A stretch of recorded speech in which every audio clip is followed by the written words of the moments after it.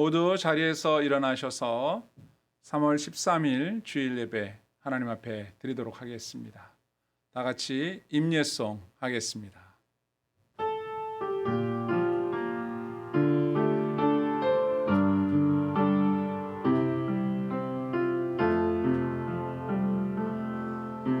나는 하나님을 예배하는 예배자입니다.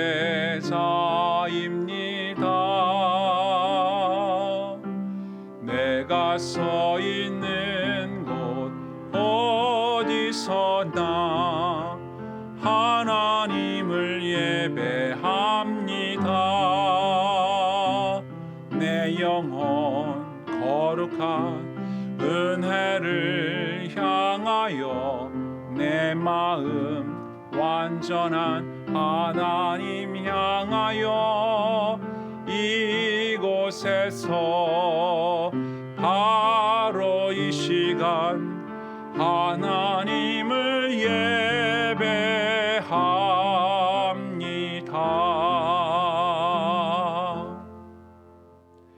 사랑과 은혜가 풍성하신 하나님, 지난날 저희에게 베풀어 주신 그 은혜와 사랑을 인하여 감사 찬양을 드립니다. 주님께서 복 주심과 약속하신 거룩한 주일 아침, 저희들이 이렇게 주님 앞에 고개 숙여 겸손한 마음으로 예배 드립니다. 저희가 드리는 이 예배를 주님 기쁘게 받아 주옵소서. 저희들의 찬양을, 저희들의 기도를 들어 응답하여 주옵소서. 오늘도 기록된 말씀을 통하여 하나님의 뜻을 깨닫게 하여 주시고 그 말씀을 마음속에 새겨서 저희들에게 허락된 날들을 말씀 위에 굳게 서서 살아 승리하는 신자다운 삶 살게 하여 주시옵소서. 하나님 아버지, 이 시간 성령 충만한 은혜를 저희에게 허락해 주셔서 주님만 홀로 영광 받으시는 참된 예배 드릴 수 있도록 인도하여 주옵소서. 성령 하나님의 인도하심을 기대할 때에 예수님의 이름으로 기도하옵나이다. 아멘. 나는 전능하신 아버지 하나님 천지의 창조주를 믿습니다. 나는 그의 유일하신 아들 우리 주 예수 그리스도를 믿습니다. 그는 성령으로 잉태되어 동정녀 마리아에게서 나시고 본디오 빌라도에게 고난을 받아 십자가에 못 박혀 죽으시고 장사된 지 사흘 만에 죽은 자 가운데서 다시 살아나셨으며 하늘에 오르시어 전능하신 아버지 하나님 우편에 앉아 계시다가 거기로부터 살아있는 자와 죽은 자를 심판하러 오십니다. 나는 성령을 믿으며 거룩한 공교회와 성도의 교제와 죄를 용서받는 것과 몸의 부활과 영생을 믿습니다. 아멘. 모두 자리에 앉으셔서 찬송가 342장 함께 하겠습니다.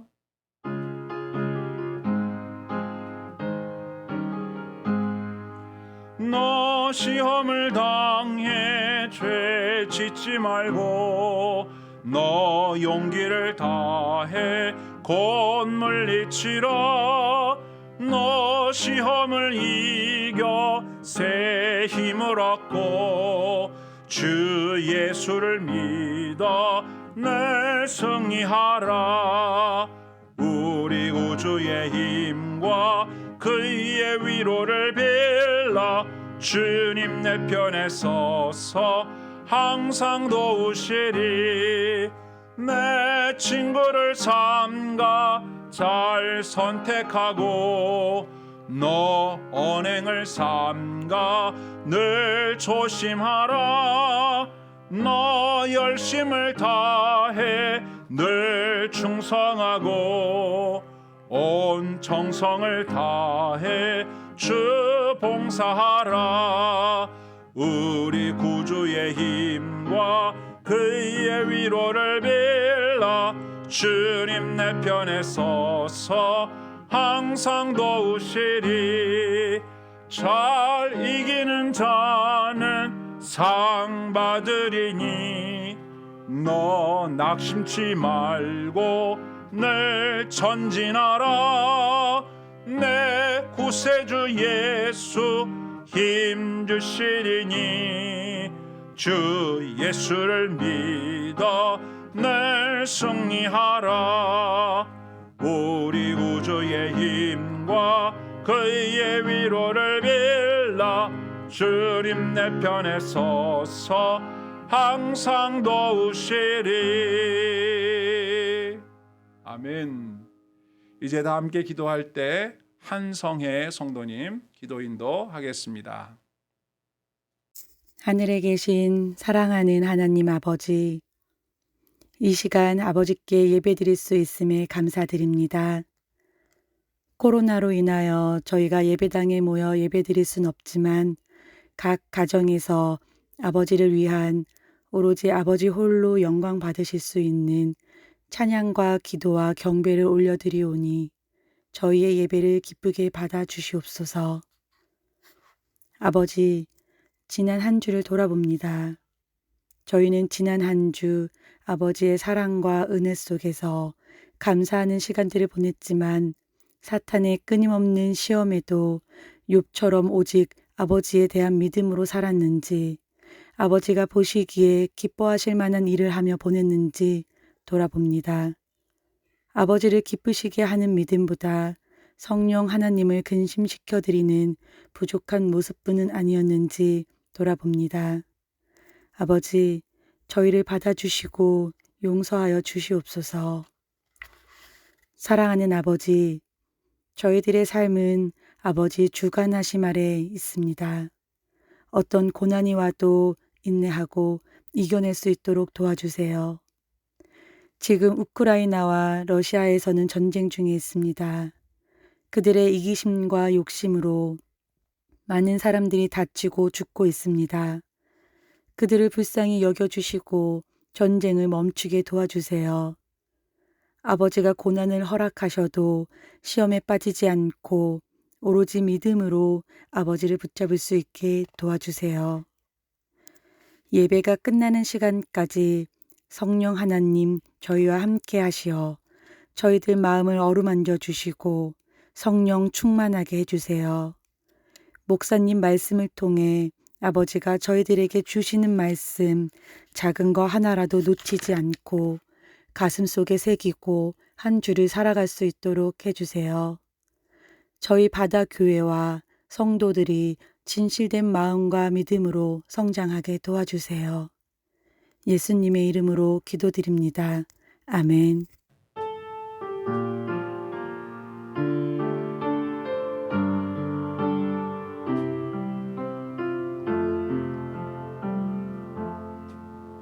하늘에 계신 우리 아버지, 아버지의 이름을 거룩하게 하시며 아버지의 나라가 오게 하시며 아버지의 뜻이 하늘에서와 같이 땅에서도 이루어지게 하소서. 오늘 우리에게 일용할 양식을 주시고 우리가 우리에게 잘못한 사람을 용서하여 준 것 같이 우리 죄를 용서하여 주시고 우리를 시험에 빠지지 않게 하시고 악에서 구하소서. 나라와 권능과 영광이 영원히 아버지의 것입니다. 아멘. 오늘 우리에게 주시는 하나님의 말씀을 함께 봉독합니다. 마태복음 4장 1절부터 11절까지의 말씀이 되겠습니다. 그때에 예수께서 성령에게 이끌려 마귀에게 시험을 받으러 광야로 가사 40일을 밤낮으로 금식하신 후에 줄이신지라. 시험하는 자가 예수께 나와서 이르되 내가 만일 하나님의 아들이거든 명하여 이 돌들로 떡덩이가 되게 하라.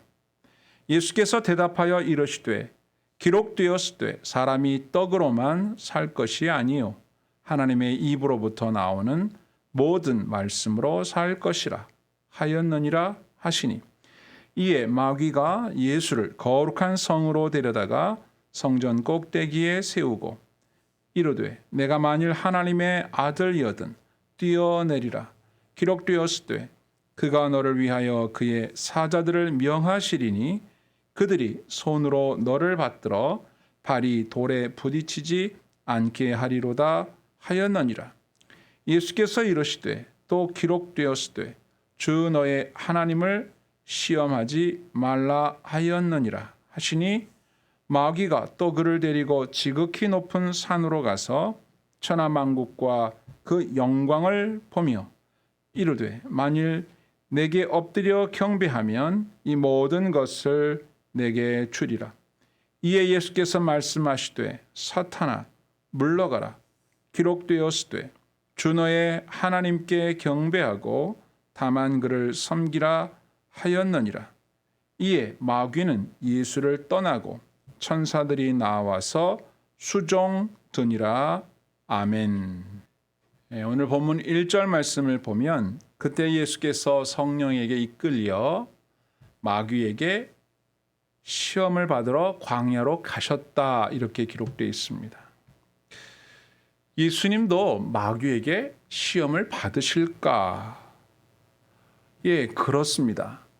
마귀는 첫사람 아담에게 시험하여 범죄하게 하였죠.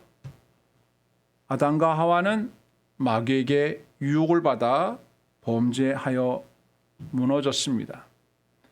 이처럼 육신을 입고 이 땅에 오신 예수님에게 마귀는 첫사람 아담에게 했던 것 같이 둘째 아담이신 예수님에게 나아가서 예수님을 시험하였습니다. 이것은 예수님께 대한 도전이었습니다. 예수님은 기꺼이 마귀의 시험을 받으러 광야로 나가셨습니다. 그 도전을 받아주신 것이죠. 예수님께서 마귀에게 시험을 받으신 그때는 예수님께서 공생의 사역을 시작하시기 직전이었습니다. 앞으로 어떻게 사역을 해나갈 것인가에 대한 방향을 결정짓는 중요한 시점이었습니다. 또 예수님께서 마귀에게 시험을 받으신 것은 바로 우리를 위하여 시험을 받으신 것입니다. 오늘날의 교회와 성도들을 위하여 대신 시험을 먼저 받으신 것입니다. 이것은 유혹이었습니다. 그래서 예수님께서 받으신 이 시험과 유혹은 먼저 승리하심으로 장차 이와 같은 시험과 유혹에 당하게 될 우리 성도들을 위하여, 저와 여러분과 같은 성도들을 위하여 그 시험에서 승리하심으로 예수님께 도움을 받도록 하기 위한 하나님의 놀라운 계획이 있었다라고 할 수 있습니다. 히브리서 2장 18절 말씀을 보면 그가 시험을 받아 고난을 당하셨은즉 시험 받는 자들을 능히 도우실 수 있느니라. 아멘. 히브리서 4장 15절에 보면 우리에게 있는 대제사장은 우리의 연약함을 동정하지 못하실 리가 아니요 모든 일에 우리와 똑같이 시험을 받으신 이로되 죄는 없으시니라. 아멘. 초대교회는 핍박받는 공동체였습니다. 대부분이 가난하고 힘이 없는 낮은 계층이었습니다. 예수님께 대한 이 신앙은 그 당시 사회로부터 이단으로 취급받던 배척당하던 그런 상황이었고 많은 신자들은 소외당한 사람들이었습니다. 그래서 초대교회 성도들에게는 이런 질문이 있었습니다. 우리가 믿는 이 믿음 때문에 우리가 세상에서 핍박을 당하며 가난해야만 하는 것인가? 과연 우리가 걷는 이 길이 구원의 길인가? 이렇게 초대교회 성도들은 의문을 가지고 있었습니다. 그런데 이 본문의 말씀이 이와 같은 의문을 가진 성도들에게 용기와 위로를 주는 해답의 말씀이 되었던 것입니다. 그러면 오늘 본문에 기록된 예수님께서 마귀에게 시험을 받으신 내용들을 살펴보겠습니다. 이 내용들이 초대교회 성도들에게 힘이 되고 오늘날 동일한 시험을 받고 있는 우리 모든 성도들에게 힘이 될 수 있는 말씀이라고 한다면 이 말씀을 잘 관찰함으로 그 속에 담긴 하나님의 계획과 뜻을 찾아내는 일은 매우 중요하다고 할 수 있습니다.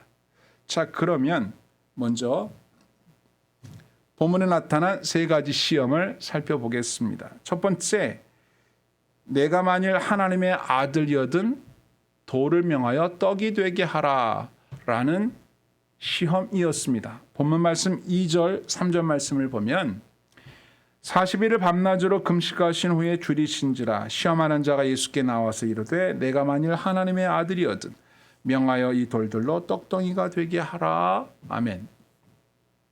예수님은 40일 동안 밤낮으로 금식하셨기 때문에 매우 배가 고픈 상태였다라고 성경은 말합니다. 그때 시험하는 자 마귀가 예수님에게 이렇게 말합니다. 내가 만일 하나님의 아들이라면 이 돌들이 떡이 되도록 명령하라. 쉽게 풀면 내가 만일 하나님의 아들이라면 왜 이렇게 굶고 있느냐? 떡이 없어서 그래? 그러면 이 돌들을 명하여 떡이 되게 하라 한 다음에 먹고 배부르면 될 텐데 왜 너의 그 신적인 능력, 내가 하나님의 아들이라면 왜 그 능력으로 이 떡을 먹지 못하고 이렇게 굶주리고 있느냐? 너의 능력이 없는 것이냐? 왜 이러고 있느냐? 이런 말인 거예요. 하나님의 아들이 맞긴 하냐? 이렇게 묻는 겁니다. 이 말은 예수님이 전능하신 하나님의 아들이라면 왜 너를 따르는 성도들로 하여금 굶주리게 하느냐? 이런 말로 바꿀 수도 있습니다. 초대교회 성도들이 당하는 그 고난, 그 박해와 굶주림 등을 왜 내가 하나님의 아들이라면 해결해 주지 않느냐? 이런 말로 바꾸어 설명할 수 있습니다. 그런데 이런 말들은 그때만 그런 것이 아니라 오늘날에도 종종 듣는 말입니다. 이른바 세속적 구원이라고 하는 것인데요. 세상이 바라는 구원이란 가난에서 벗어나고 또 질병에서 자유하고 고통으로부터 자유하여 풍요롭게 물질을 소비하면서 누리는 삶을 사는 것이 그것이 구원이다. 이렇게 생각한다는 것이죠. 물질의 풍요를 통해서 인간은 비로소 행복해질 수 있다라고 생각하는 것입니다. 그런데 예수님은 마귀의 이 질문에 대해서, 이 말에 대해서 이렇게 대답하십니다. 4절에 예수께서 대답하여 이르시되 기록되었을 때 사람이 떡으로만 살 것이 아니요 하나님의 입으로부터 나오는 모든 말씀으로 살 것이라 하였느니라 하시니 아멘. 구원의 길은 결코 물질의 풍요에 있지 않다는 말씀이죠. 구원의 길은 자기 중심적인 삶, 자기 육체의 욕망을 만족시키던 그 삶에서 돌이켜서 하나님의 말씀을 지키고 따르는 삶이며 하나님과 온전한 관계 속에서 그의 영혼이 하나님과의 화해된 상태에서 하나님과의 영적 복락을 누리는 삶을 사는 것이야말로 구원의 길이라고 하는 것입니다. 비록 그 길이 현실적으로 당면한 가난의 문제를 당장 해결해 줄 수 없다고 할지라도 말입니다. 이 시험은 현실적인 가난의 문제로 고통받던 초대교회의 고민에 그대로 반영이 되어 있는 겁니다. 초대교회는 이 시험을 이겼습니다. 예수님의 말씀대로 따라갔기 때문에 이 시험을 이겼습니다. 그들은 믿음이 있었고 교회의 정체성을 분명히 알고 있었기 때문입니다. 교회는 하나님께서 그 성도들을 사랑하시고 성도들을 먹이시고 입히시는 하나님의 사랑받는 공동체입니다. 구약시대에 이스라엘 백성들이 광야를 지나올 때 그 광야엔 아무것도 없었습니다. 그러나 하나님께서 그 많은 이스라엘 백성들에게 하늘에서 만나를 내려서 그들을 배불리 먹게 하셨습니다. 반석에서 물이 나오게 해서 그들의 목마름을 해결해 주셨고 또 메추라기를 보내서 그들로 하여금 고기를 먹도록 해주셨습니다. 아무것도 없는 광야에서 오직 하나님만 바라보도록 하나님만 바라보고 하나님의 도우심만 기대하더라도 충분히 그들의 배의 고픔을 해결할 수 있는 능력이 하나님께로부터 임한다고 하는 것을 이스라엘 백성들은 직접 경험했고 그 놀라운 사건들을 후대 사람들이 오래오래 기억하였습니다. 하나님께서 법궤를 만들어서 그 법궤 안에다가 이 만나가 담긴 항아리를 넣어 놓도록 명령하신 것도 그런 의미입니다. 그런데 그 법궤 속에는 하나님의 말씀이 기록된 돌판도 함께 넣도록 하신 것이죠. 그러니까 하나님의 말씀은 우리들에게 양식과도 같은 것입니다. 하나님의 말씀이 우리의 굶주린 배도 배부르게 할 수 있다는 것이죠. 그런데 악한 마귀는 하나님께서 우리를 먹일 수 없다. 하나님은 우리의 굶주린 배를 만족시킬 수 없다고 말하고 있는 겁니다. 세상 사람들은 떡을 추구합니다. 일단 배가 불러야 뭘 하는 거지 어떻게 굶주려 있는데 뭘 할 수 있겠느냐고 말하는 것입니다. 그 길만이 행복으로 가는 길이라고 말합니다. 자, 그러면 오늘날의 교회는 어떨까요? 세상과 다를까요? 비슷할까요? 오늘날의 교회도 오늘날의 성도들도 추구하는 삶의 우선순위가 배부른 것, 먹는 것, 떡 이것이 우선순위에 있을까요? 아니면 하나님의 말씀을 믿고 그 말씀을 삶 속에 실천하는 데에 우선순위가 있을까요? 자, 이 말씀을 듣는 저와 여러분이 한번 깊이 생각해 보아야 합니다.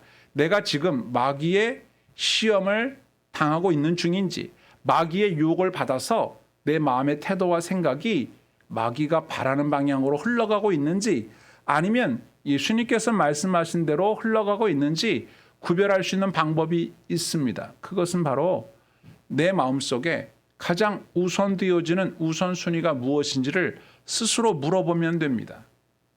사람은 떡으로 만족할 수 없습니다. 떡도 필요하지만 사람은 하나님의 말씀으로 만족할 수 있도록 만들어진 존재입니다. 여러분이 하나님의 말씀을 듣고 하나님의 말씀으로 양식을 삼고 사는 것이 영적인 만족감을 누릴 수 있다면 여러분들은 하나님 말씀으로 살고 있는 사람들이에요. 그러나 하나님 말씀을 듣는 것은 그렇게 내 삶에 중요하지 않다. 그것은 내 영혼을 만족시키지 못한다. 오히려 밥을 풍성하게 먹는 것이, 배부르게 음식을 먹는 것이 나에게 진정한 만족을 주더라. 이렇게 생각한다면 여러분은 하나님의 말씀으로 만족하며 사는 사람이 아니라 떡을 추구하며 살아가는 세속적인 사람이라고 하는 것이죠. 어쩌다 그렇게 됐습니까? 마귀에게 속아서 그렇게 살고 있었던 날이 오래됐다는 뜻입니다. 여러분, 밥을 우리가 몇 끼만 안 먹어도 엄청 배가 고프거든요. 그렇죠. 그럼 밥을 먹어야 해결이 됩니다. 그러면 여러분이 하나님의 말씀이 영적인 양식을 먹지 못했다. 하나님 말씀을 듣지 못했다. 성경 말씀을 읽지 못했다. 하나님께 예배 드리지 못했다라고 가정했을 때 그 영적인 배고픔이 얼마나 크던가요? 그래 본 적이 없어서 잘 모르겠다. 그렇다면 다행입니다만은 여러분들에게 있어서 하나님의 말씀이 과연 내 육신의 배고픔을 해결해 주는 양식만큼, 아니 그 이상으로 간절하고 필요하고 그것이 없이는 살 수 없는 삶을 살고 있는지 그렇지 않은지를 돌아보셔야 합니다. 아무리 먹는 떡이, 밥이 시급한 것이라고 해도 세상 길을 따라가면 안 됩니다. 만약 그렇게 된다면 그 순간부터 우리는, 교회는 이미 정체성을 잃어버린 것입니다. 교회는 세상에서 따로 불러낸 사람들의 공동체입니다.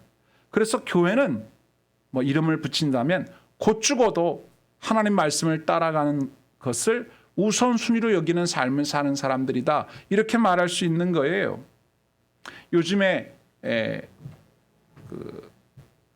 얼죽아라는 신조어가 있다고 하죠. 얼어 죽어도 아메리카노, 아이스 아메리카노.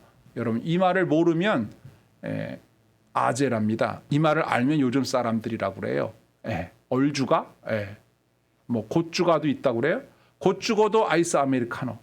그러니까 그 사람들의 마음속에 어떤 상황이 바뀐다 하더라도 내가 중요하게 여기는 것은 추워도, 아무리 추워도 나는 아이스 아메리카노를 먹겠다라고 하는 어떤 그 마음에 고집이 있는 거죠. 하나님의 백성들은 곧 죽어도 하나님 말씀이라고 하는 고집이 있어야 됩니다. 내가 비록 배가 고프지만, 비록 삶의 환경이 어렵지만 나는 하나님의 자녀다. 하나님의 백성이다. 곧 죽어도 말씀이다. 라고 하는 고집이 있어야 합니다. 왜 그럴까요? 예수님이 말씀하신 말씀 그대로 거기에 해답이 있기 때문이에요. 사람이 떡으로만 사는 것이 아니라 하나님의 입으로 나오는 말씀으로 사는 존재라는 거예요. 그렇게 살아야 하는데 악한 마귀는 그때도 지금도 그렇지 않다고 우리를 계속해서 유혹하고 있다고 하는 것입니다. 먹는 것이 중요하다. 하나님 말씀은 중요하지 않다. 하나님 말씀보다 먹는 것이 더 중요하다라고 우리에게 말하는데 우리가 은혜 충만할 때는 마귀의 말에 절대 속아 넘어가지 않겠지만 우리 마음에 은혜가 떨어지면 우리 마음에 은혜가 다 식어버리면 그 말이 사실로 여겨진다라고 하는 것입니다. 감히 마귀가 하나님의 아들이신 예수님에게 찾아와서 이렇게 말할 수 있었던 것은 예수님이 40일 동안 식사하지 못하시고 굶주려 있었기 때문입니다. 예수님이 육신을 입고 이 땅에 오셔서 우리와 똑같이 배고픔을 느끼시는 사람이 되셨는데 40일 동안 굶주리지 않았다면 이렇게 마귀가 이야기를 한다 해도 누가 뭐 흔들리기나 하겠습니까? 뭐 방금 전에 식사를 한 사람이라고 한다면 이렇게 우리에게는 40일 동안 밥을 먹지 못한 아주 극단적인 굶주린 상태에 놓인다 할지라도 우리에게서 가장 중요한 것은 당장 배고픔을 해결하는 떡이 아니라 하나님의 말씀이 내 영혼을 만족해 한다는, 나를 살게 한다는 이와 같은 굳건한 믿음을 가지고 살아야 한다는 것을 우리 예수님께서 말씀하고 계시는 것입니다. 마태복음 6장 31절 말씀. 그러므로 염려하여 이르기를 무엇을 먹을까 무엇을 마실까 무엇을 입을까 하지 말라. 이는 다 이방인들이 구하는 것이라. 너희 하늘 아버지께서 이 모든 것이 너희에게 있어야 할 줄을 아시느니라. 그런즉 너희는 먼저 그의 나라와 그의 의를 구하라. 그리하면 이 모든 것을 너희에게 더하시리라. 아멘. 우리는 곧 죽어도 말씀, 이런 고집이 있어야 한다고 조금 전에 말씀드렸습니다. 무엇을 먹을까 무엇을 마실까 염려하는 건 다 이방인들이 하는 겁니다. 하나님 아버지께서는 우리에게 있어야 할 것을 아신다고 했어요. 그럼 우리에게 무엇을 바라시는 겁니까? 그렇습니다. 먼저 그의 나라와 그 의를 구하라. 그리하면 이 모든 걸 더하여 주시겠다고 약속하셨습니다. 이게 하나님의 말씀입니다. 이 말씀을 믿고 이렇게 사는 것이 성도요, 예수님의 제자라고 하는 겁니다. 오늘날 저와 여러분이 우리의 삶에 비록 40일 동안 밥을 못 먹고 굶은 일이 있다 손 치더라도 곧 죽어도 하나님 말씀 이렇게 고집하며 이 말씀을 내 마음속에 생명의 말씀으로 내 생명과 직결된 양식으로 여기며 살아가는 은혜의 삶이 되어야 할 줄 믿습니다. 우리가 얼마나 하나님의 말씀을 사모하는지를 주님이 아신다면 얼마나 기뻐하시겠습니까? 하나님 말씀은 뒷전이고 그저 배부른 것이 전부다, 배부른 것이면 다다 이렇게 생각하는 사람이 있다면 어찌 그를 하나님의 교회의 지체라고 말할 수 있겠습니까?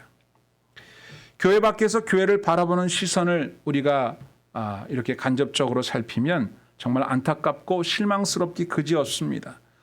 교회 밖에서 교회를 바라볼 땐 교회 안에 이미 물질 만능주의의 타락한 모습이 넘쳐나고 있다고 보고 있다는 것입니다. 교회 안에 세상과 다를 것 없는 물질적 풍요와 성공을 추구하는 사람들로 가득하다고 보고 있다라고 하는 것입니다. 세상은 교회가 진짜로 추구하는 가치관이 말씀이 아니고 떡이구나 이렇게 보고 있다 이 말입니다.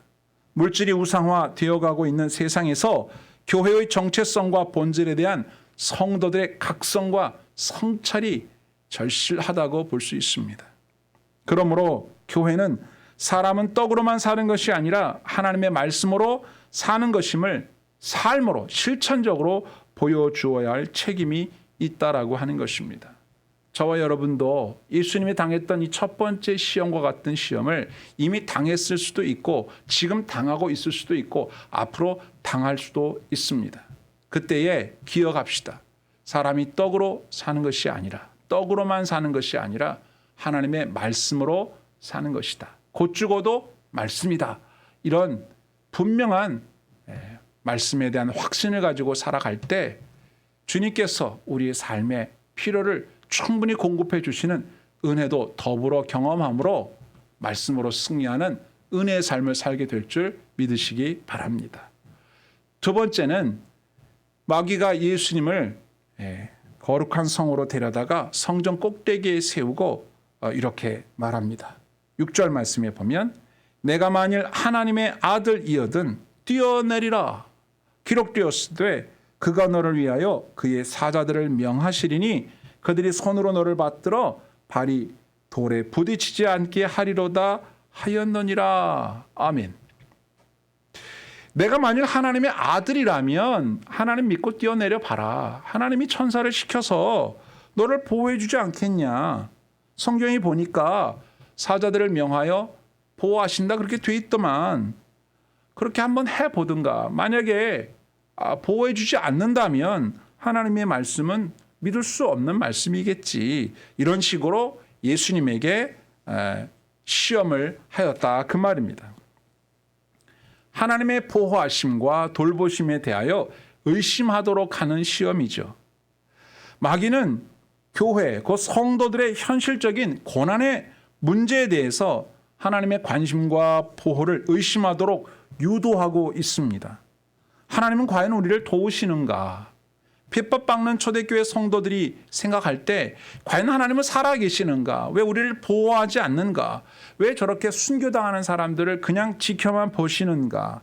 왜 우리를 돌보지 않으시는가? 끊임없는 의심과 염려와 걱정 속으로 악한 마귀는 성도들을 몰고 간다는 거예요.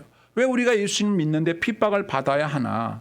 이렇게 회의에 빠진 사람들, 고민에 빠진 사람들에게 마귀는 속삭이는 거예요. 만약 하나님이 진정으로 교회를 보살펴 주시려고 한다면 왜 고난당하도록 내버려 둘까? 그건 분명히 하나님께서 너희들을 사랑하지 않는 거야.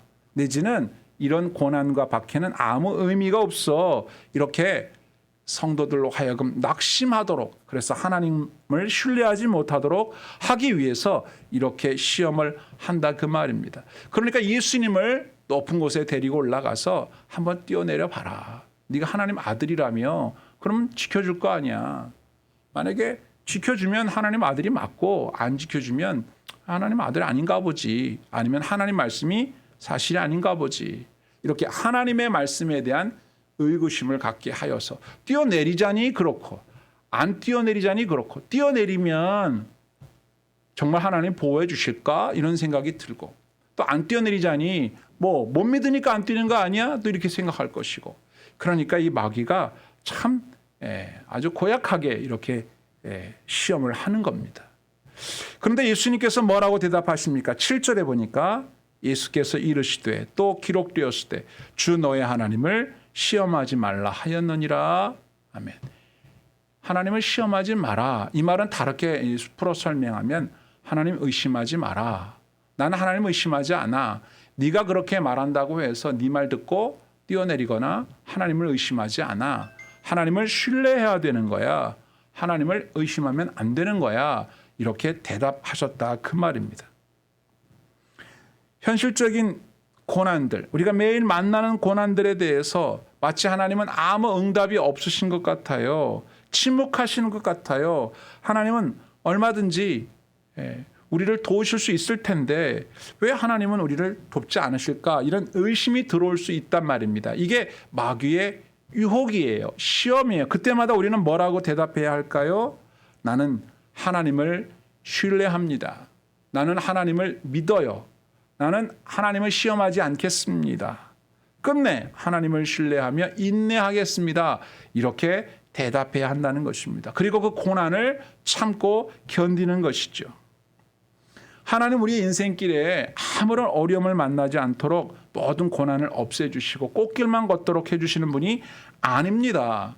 하나님의 뜻은 우리가 가진 신앙으로 그 고난 자체를 뛰어넘기를 바라시는 거예요. 그 고난을 뛰어넘는 삶을 살아감으로 세상의 모든 고난받는 자들에게 위로와 희망이 되기를 바라고 계세요.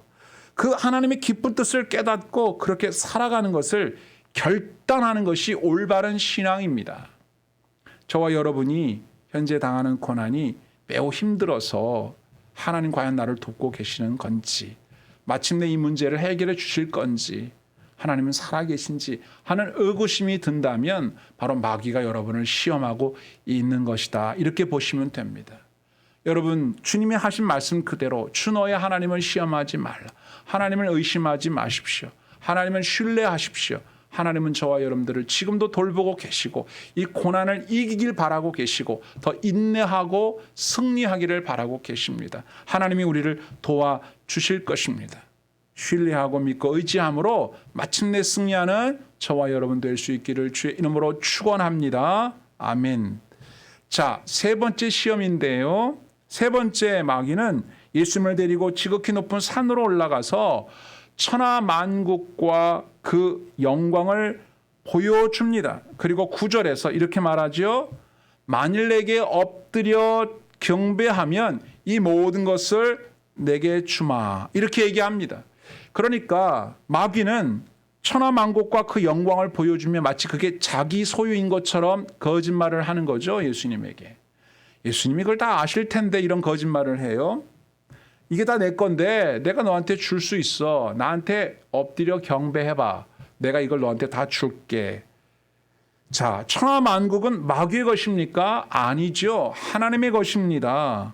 그러나 많은 사람들은 천하만국과 부귀영화가 다 마귀의 손에서 나오는 줄 알아요. 그래서 마귀에게 속아서, 마귀의 거짓말에 속아서 사기를 당하는 거죠. 그것을 위해, 그걸 얻기 위해 하나님을 떠나서 마귀에게 엎드려 경배하는 자들이 많이 있습니다. 당시 유대교는 현실의 로마의 권력에 타협하고 야합한 사람들에 의하여 지배당하는 사회였습니다. 그러나 그에 비하여 초대교회는 아무런 힘도 없었어요. 권위도 없었습니다. 오히려 박해를 당하고 가난 가운데 고통을 당하는 공동체였단 말입니다. 그래서 교회도 유대 공동체처럼 세상의 권세와 힘을 가지고 싶었을지 모릅니다. 만약 그럴 수만 있다면 뭐라도 할 수 있을 것만 같은 마음이 있었다, 그 말입니다. 우리 교회도 힘이 있어야 되는데 그 힘을 배경으로 하여 교세를 확장하고 선교도 더 확실히 할 수 있을 것 같고 우리를 박해하는 저 유대주의자들을 우리가 맞서서 이길 수 있을 텐데 이런 생각을 했을지도 모른단 말입니다. 그랬다면 그건 뭡니까? 마귀의 시험에, 마귀의 유혹에 넘어간 것입니다. 오늘날에도 마귀는 교회가 힘을 있어야 교회로서의 역할을 잘할 수 있다, 힘이 있어야 일을 잘할 수 있다고 유혹합니다. 실제로 기독교가 공인된 이후부터 교회는 세속적 권력을 가지게 됐고 타락하기 시작했습니다. 이건 역사가 보여주는 것입니다. 예수님은 이 마귀의 시험에 이렇게 대답을 하시죠. 10절 말씀입니다. 이에 예수께서 말씀하시되 사탄아 물러가라, 기록되었으되 주 너의 하나님께 경배하고 다만 그를 섬기라 하였느니라. 아멘. 예수님은 하나님 나라를 이루기 위해서 하나님을 떠나서 어떤 힘도 가지려는 시도를 하지 않으셨습니다. 왜냐하면 하나님이 나의 힘이시고 하나님이 나의 방패이시기 때문입니다. 하나님을 떠난 그 어떠한 힘도 권력도 예수님에게 필요하지 않았다, 그 말입니다. 시편 28편 7절에 보면 여호와는 나의 힘과 나의 방패시니 내 마음이 그를 의지하여 도움을 얻었도다. 그러므로 내 마음이 크게 기뻐하며 내 노래로 그를 찬송하리로다. 아멘. 다윗의 시입니다. 다윗은 세상의 권력을 얻기 위해서 하나님의 곁을 떠나는 우를 범하지 않은 사람입니다. 자신이 가진 권력을 유지하기 위해서 하나님의 마음을 섭섭하게 하지 않았던 사람이다, 그 말입니다. 이에 반해서 사울은 자신의 권력을 유지하기 위해서 하나님이 금하신 일들을 서슴없이 자행하고 하나님이 명령하신 말씀에 불순종함으로 결국 그 왕의 자리를 잃어버린 사람이 아닙니까? 진정으로 우리에게 힘을 주시고 진정으로 우리의 삶에 능력이 되시는 분이 하나님의 힘을 잊는다면 마귀의 이 유혹 속에 넘어질 수밖에 없는 것입니다. 오늘날에도 많은 사람들이 그 권력이라는 것을 갖기 위해서 마귀에게 엎드려 경배하며 마귀를 마치 자신에게 권력과 천하 만국의 모든 명예와 영광을 줄 수 있는 것처럼 생각하고 거기에 고개를 숙이고 있다 그 말입니다. 그러나 세상 권력이란 그것을 가진 사람을 부패하게 만들고 눈을 멀게 만듭니다. 예수님은 사람의 모양으로 이 땅에 오셨습니다. 그런데 섬김을 받기 위하여 오시지 않았고 오히려 섬기러 오셨고 그 목숨을 많은 이들을 위한 대성물로 주려고 오셨다고 말씀하셨습니다. 마가복음 10장 45절 인자가 온 것은 섬김을 받으려 함이 아니라 도리어 섬기려 하고 자기 목숨을 많은 사람의 대성물로 주려 함이니라. 아멘.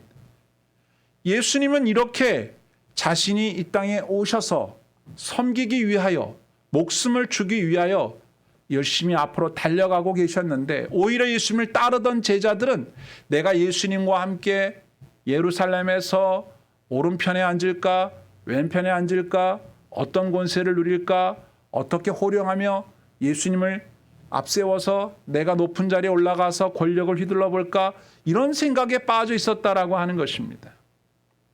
악한 마귀는 하나님의 뜻과 거리가 먼 예수님의 계획과 거리가 먼 곳으로 제자들을 몰아가고 성도들을 몰아갑니다. 그래서 하나님이 계획하시지 않은 전혀 다른 곳에서 힘을 얻어보려고 능력을 얻어보려고 애를 쓰는 안타까운 장면이 연출되는 것이지요. 하나님의 나라는 세상 권력의 힘이 아닌 모든 성도들이 각자 하나님의 뜻에 순종하는 진실한 삶으로 이루어지는 것입니다. 그래서 내게 경배하고 힘을 가지라 라고 말하는 마귀의 시험에 대하여 우리는 이렇게 다윗처럼 담대하게 말할 수 있어야 합니다. 오직 나는 나의 힘이 되신 하나님만을 섬기며 경배할 것이다. 시편 18편 1절에 나의 힘이신 여호와여 내가 주를 사랑합니다. 아멘. 다윗처럼 이렇게 고백하는 저와 여러분 되시기를 축원합니다. 오늘날에도 교회가 힘을 가져야 한다고 믿는 사람들이 많습니다. 세상에 힘을 가지고 세상을 복음화할 수 있다고 생각하는 것입니다. 그렇지만 그렇지 않습니다. 진정으로 세상을 바꾸는 힘은 외형적인 힘이 아니라 교회가 하나님의 뜻을 따르는 삶의 실천에서 나오는 것입니다. 오히려 우리에게서 하나님의 능력이 나타나는 때는 우리가 힘을 가졌을 때가 아니라 우리가 힘이 없을 때 약할 때라는 사실을 잊지 말아야 합니다. 고린도후서 12장 9절에 보면 나에게 이르시기를 내 은혜가 내게 족하도다. 이는 내 능력이 약한 데서 온전하여 짐이라 하신지라. 그러므로 도리어 크게 기뻐함으로 나의 여러 약한 것들에 대하여 자랑하리니 이는 그리스도의 능력이 내게 머물게 하려 함이라. 그러므로 내가 그리스도를 위하여 약한 것들과 능력과 궁핍과 박해와 곤고를 기뻐하노니 이는 내가 약한 그때의 강함이라. 아멘. 바로 우리가 약할 그때에 하나님의 능력이 나타납니다. 그러므로 우리가 마귀의 말에 속아서 천하 만국과 영광을 얻기 위해서 하나님이 아닌 마귀에게 엎드려 경배하는 어리석은 일은 생각할 수도 없는 것이죠. 하나님이 주신 것이 아닌 것은 우리에게 해가 되는 것들입니다. 우리에게 주시는 하나님의 은혜만이 우리에게 참으로 복이 되는 것입니다. 이것이 마귀가 주는 미끼인지 마귀가 주는 떡밥인지 하나님이 내게 주시는 양식인지 분별할 수 있어야 합니다. 하나님이 주시는 것만이 우리를 참으로 복되게 할 수 있다는 사실을 결코 잊어서는 안 됩니다. 우리가 뭐 약하다고 해도 우리가 좀 모자라다고 해도 우리가 좀 많이 알지 못한다 하더라도 세상 사람들이 보기에 정말 보잘것없는 사람들이라 할지라도 주님께서 저와 여러분들을 사용하신다면 위대한 일을 행할 수 있는 주님의 용사요, 주님의 도구가 얼마든지 될 수 있습니다. 하나님께서 기뻐하시는 사람이 되는 것이 중요하지 우리가 하나님의 일을 위하여 뭐 더 다른 능력이나 더 다른 힘이나 더 다른 권력을 필요로 하고 있지 않다라고 하는 것입니다. 이 유혹에 넘어지면 안 됩니다. 이 시험에 무너지면 안 됩니다.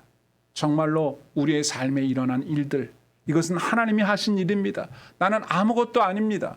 내가 한 일은 아무것도 없습니다. 다 주님이 하셨습니다. 라고 정직하게 고백할 수 있으려면 이 마귀의 시험을 경계해야 합니다. 오직 우리는 겸손하게 주님 앞에 나아가서 그분이 나의 힘이고 나의 방패고 나의 사랑이고 나의 참된 능력이 되신다라고 하는 것을 고백하고 그분의 능력을 날마다 공급받음으로 우리의 삶을 살아가야 하는 것입니다. 자, 예수님이 3가지 시험을 받으셨습니다. 이 3가지 시험을 받으신 이후에 어떻게 되었는지 성경은 이렇게 말합니다. 11절에 이에 마귀는 예수를 떠나고, 여기에서 예수님을 시험하기 위하여 범죄하도록 하기 위하여 마귀는 모든 시도를 하였지만 결국 마귀는 실패하였습니다. 그리고 마귀는 예수님을 떠났습니다. 자, 그런데 떠났다는 표현이 아피에신이라는 단어인데요. 현재 시제입니다.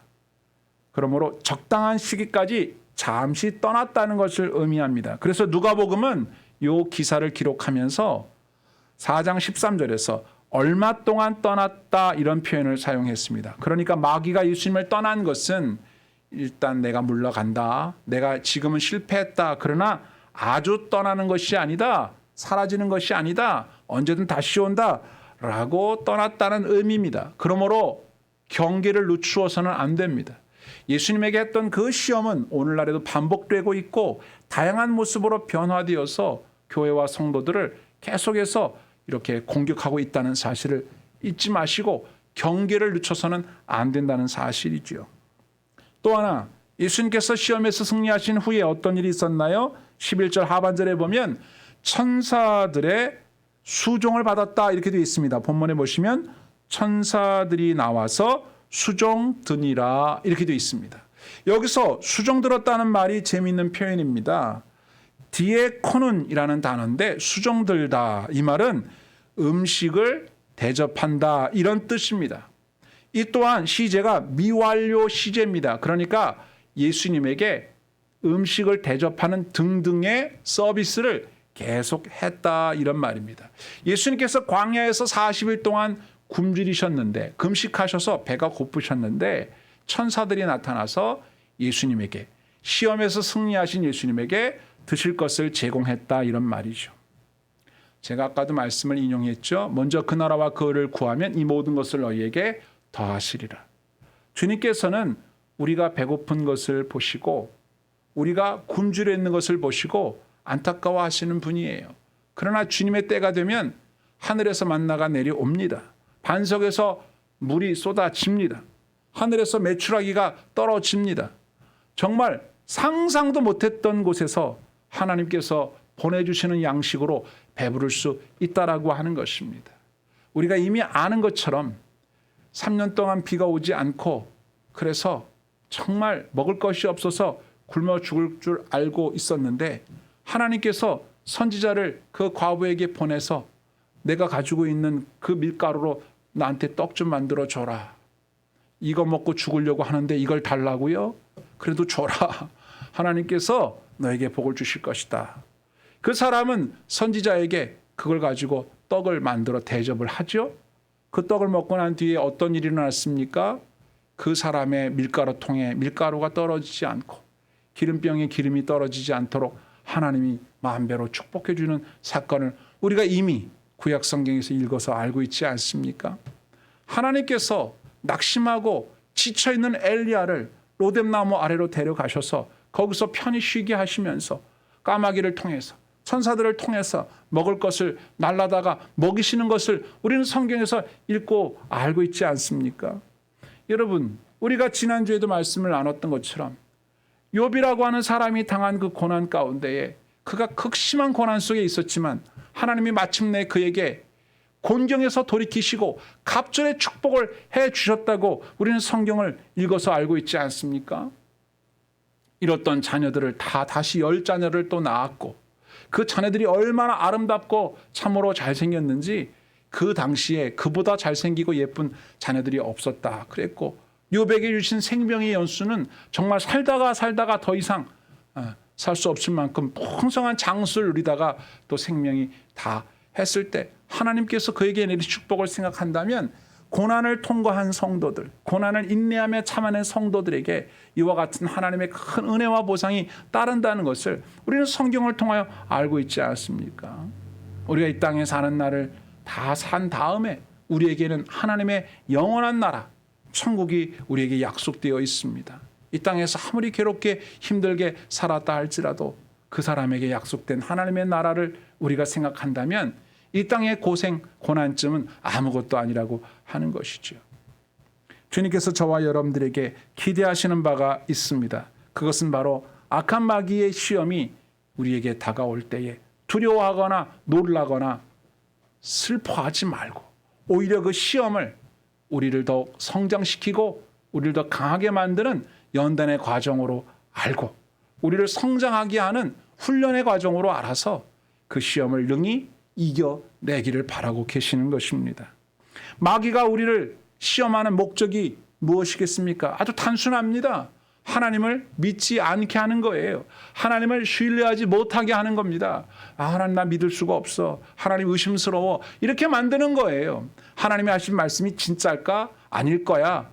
그럼 누구 말이 진짜, 마귀가 하는 말이 진짜일까? 하나님이 하시는 말씀이 진짜일까? 이렇게 막 헷갈리게 만드는 거예요. 자신의 삶의 환경이 어려울수록 하나님의 말씀을 믿는 그 믿음이 흔들리기 시작합니다. 그래서 은혜가 떨어지고 마음이 흔들린 사람들은 마귀의 말이 더 잘 들려오는 거예요. 하나님의 말씀보다 마귀의 말이 더 믿어지는 거예요. 이게 시험입니다. 목사가 하는 말보다, 성경이 기록된 하나님의 말씀보다 세상에서 말하는 사람들의 말이 더 맞는 말 같고, 그 말대로 해야 내가 행복할 것 같은 생각이 막 드는 겁니다. 그게 시험이에요. 그러나 오늘 주님은 저와 여러분들에게 말씀하시는 거예요. 세상의 유혹과 시험이 내게 몰려올지라도 너는 주님을 믿고 바라봐라. 하나님의 말씀을 의지해라. 세상에 많은 사람들이 이런저런 말을 한다 할지라도 기록된 성경의 말씀에 인도하는 대로 곧장 가라. 좌우로 치우치지 말고 온전한 길로 걸어가라. 그리고 인내하라. 그 고난의 시험을 이기고 나면 너에게 하나님께서 풍성한 은혜로 보상하실 것이라고 약속하고 있다는 겁니다. 누구도 예외가 없습니다. 예수님도 시험을 당하셨는데 누가 예외가 있겠습니까? 우리도 예수님처럼 승리해야 할 줄 믿습니다. 우리도 예수님처럼 말씀으로 승리해야 할 줄로 믿습니다. 자, 베드로전서 1장 6절을 봅시다. 이런 말씀이 있어요. 그러므로 너희가 이제 여러 가지 시험으로 말미암아 잠깐 근심하게 되지 않을 수 없으나 오히려 크게 기뻐하는도다. 너희 믿음의 확실함은 불로 연단하여도 없어질 금보다 더 귀하여 예수 그리스도께서 나타나실 때에 칭찬과 영광과 존귀를 얻게 할 것이니라. 아멘. 근심은 잠깐이고 기쁨은 큰 것입니다. 믿음은 확실한 것이고 우리의 믿음은 금보다도 귀한 것입니다. 우리 주님께로부터 칭찬과 영광과 존귀를 얻도록 당한 시험에서 승리하여 하나님께 영광, 우리의 삶에 큰 기쁨과 간증의 제목들이 새겨지는 은혜의 삶을 살아갈 수 있게 되기를 주님의 이름으로 축원드립니다. 아멘. 모두 찬송가 357장을 부르겠습니다.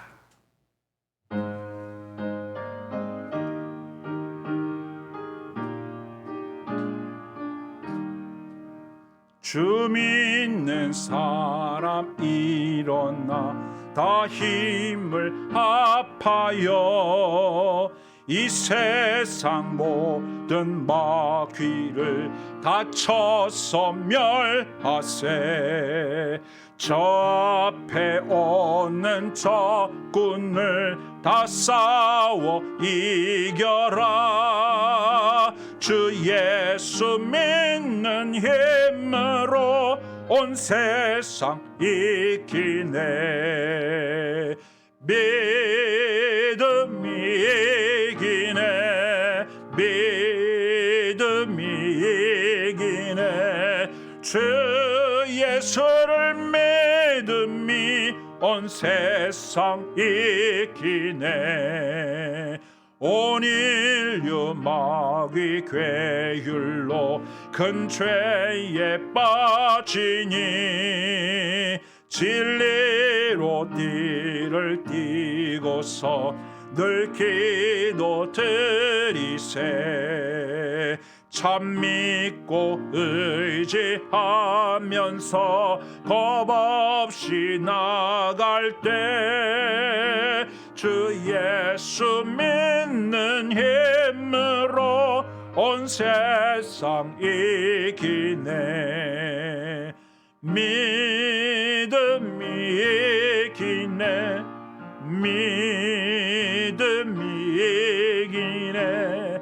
주 예수를 믿음이 온 세상 이기네. 끝까지 이긴 자에게 흰 옷을 입히고 또 영생 복을 주시니 참 기쁜 일일세.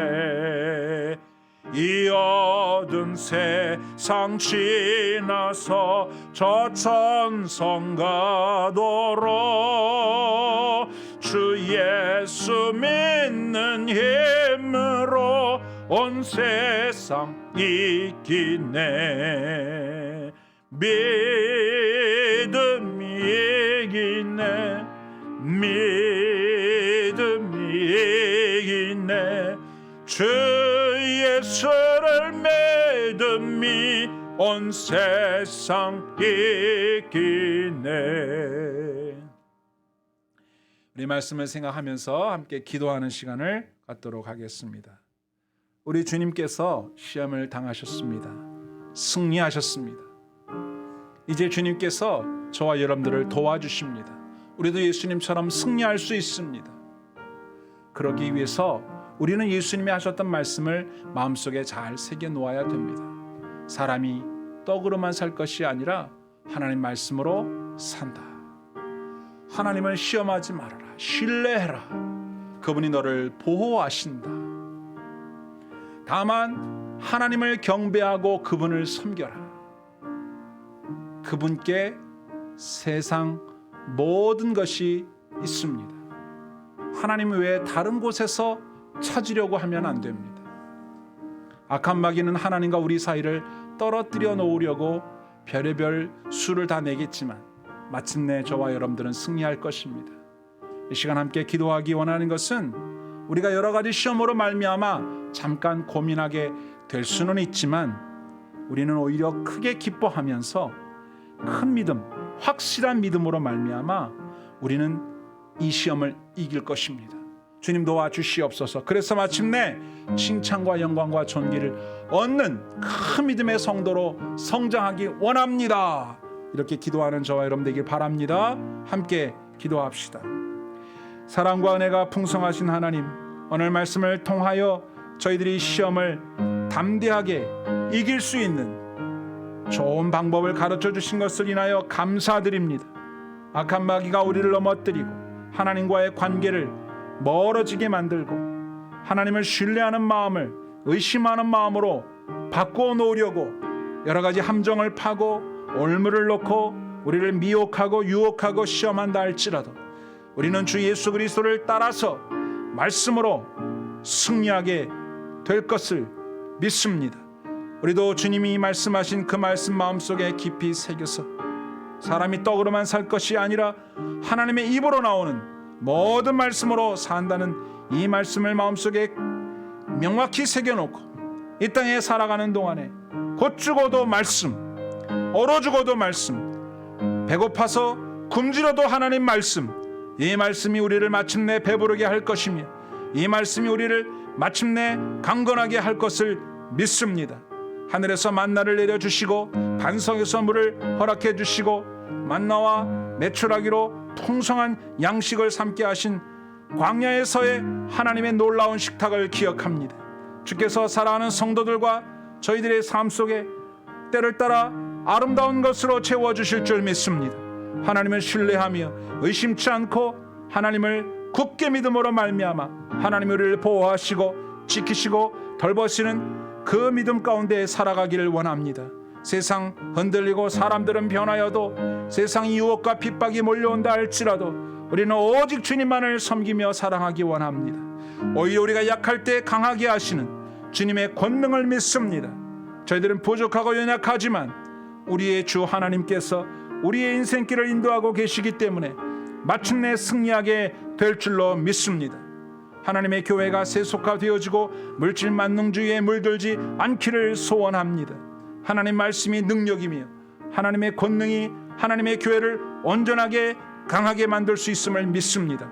우리로 하여금 악한 마귀의 속임수에 속아 넘어지지 않도록 오늘도 주의 권능의 손으로 붙잡아 주시고 사랑하는 모든 성도들이 시험을 당할 때 잠깐 근심하게 될 수밖에 없겠지만 오히려 크게 기뻐하며 우리 주님이 주실 상급을 바라보며 담대히 싸워 이길 수 있게 인도하여 주옵소서.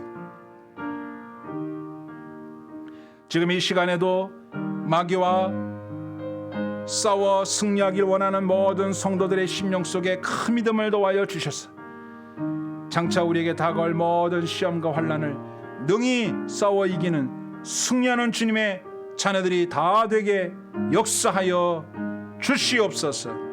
이 모든 기도를 예수님의 이름으로 간절히 기도하옵나이다. 아멘. 모두 자리에서 일어나셔서 하나님 앞에 예물을 봉헌하겠습니다.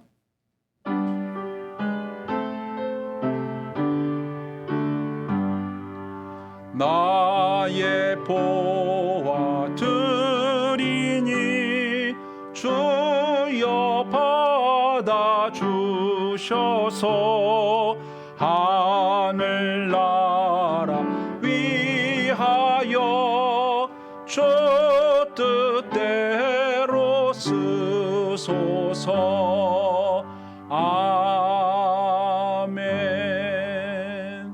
하나님 아버지 감사합니다. 주님 앞에 나와 예배하면서 주님께 정성 어린 예물을 준비하여 드릴 수 있도록 역사하여 주심을 감사합니다.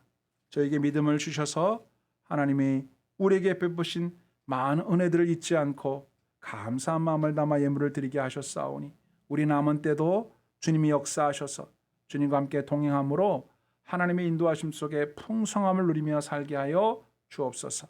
하나님의 말씀이 우리의 삶을 인도하여 주시고 하나님의 능력이 우리의 삶을 보호하여 주시고 하나님의 역사하심이 우리의 삶에 풍성한 축복으로 가득하게 하시기를 간절히 원합니다. 예물 드린 성도들을 축복합니다. 그들의 삶과 그들의 삶에 필요한 모든 것들이 하나님의 은혜로 풍성히 채워짐을 체험하게 하여 주옵시고 하나님이 우리의 아버지이심과 우리를 먹이시고 입히시는 참된 주인이심을 분명하게 경험하며 찬양하며 간증하는 은혜의 삶이 되게 하여 주옵소서. 사랑하는 자녀들을 축복하시고 그 자녀들의 인생의 길을 활짝활짝 열어주시옵소서. 우리 주 예수님의 이름으로 감사하며 기도하옵나이다. 아멘.